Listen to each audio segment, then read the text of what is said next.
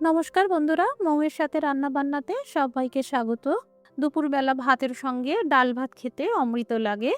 তাই যারা মশলাদার খাবার এড়িয়ে যেতে চাইছেন আর ডালের বেশ টেস্টি সহজ রেসিপির সন্ধান করছেন, বানাতে পারেন আজকের এই রেসিপি। সজনে ডাঁটা দিয়ে টক ডাল ভীষণই টেস্টি হয়। একটি করে লাইক দিয়ে চ্যানেল সাবস্ক্রাইব করে নেওয়ার জন্য অনুরোধ রইল। এখানে একটা বড় সাইজের কাঁচা আম নিয়েছি আর 4 থেকে 5টা সজনে ডাঁটা নিয়েছি। এই ডাঁটাগুলো 1 আঙ্গুল সমান করে আর লম্বা করে কেটে নেব। এই ডাঁটাগুলো 1 আঙ্গুল সমান লম্বা করে কেটে নিলাম। এবার এই কাঁচা আমটাকে অর্ধেক করে নিয়েছি। পুরো কাঁচা আম লাগবে না, অর্ধেক কাঁচা আম দিয়ে হয়ে যাবে। ভালো করে খোসা ছাড়িয়ে নেব। এবার একটু মোটা মোটা পিস করে কাঁচা আম কেটে নিলাম। এই পিসগুলো একটু মোটা করে কাটলেই ভালো, তাহলে ডালের সাথে সিদ্ধ হওয়ার পরেও কাঁচা আমের পিসগুলো ঘেটে যাবে না, গোটা থাকবে। এখানে টোটাল 100 গ্রাম মসুর ডাল নিয়েছি। খুব ভালো করে ধুয়ে নিতে হবে।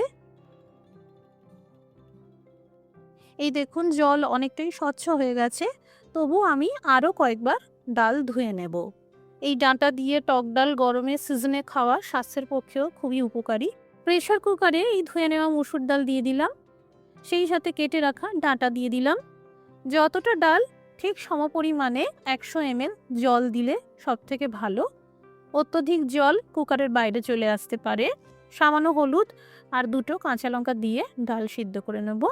জোর আঁচে 6 থেকে 7টা হুইসেল পর্যন্ত ডাল সিদ্ধ করে নিতে হবে। কুকার ঠান্ডা হয়ে গেছে।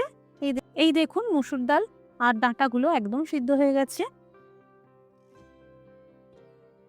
এই রান্নাটা আমি সরষের তেল দিয়ে করে থাকি। তেল গরম করে নিয়ে ফোড়নে দিলাম 5 ফোড়ন, সেই সাথে 2টো শুকনো লঙ্কা আর একটা তেজপাতা। একদম কম আঁচ করে 1 মিনিট মতন হালকা করে ভেজে নেব।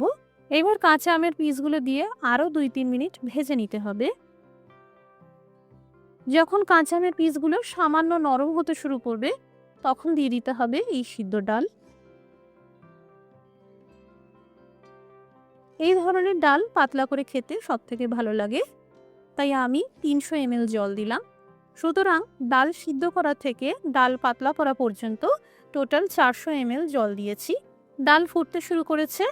এবার দিয়ে দিলাম স্বাদ মতো লবণ, গোটা কাঁচা লঙ্কা 1/4 টিস্পুন, চিনি। ভালো করে মিশিয়ে নিলাম।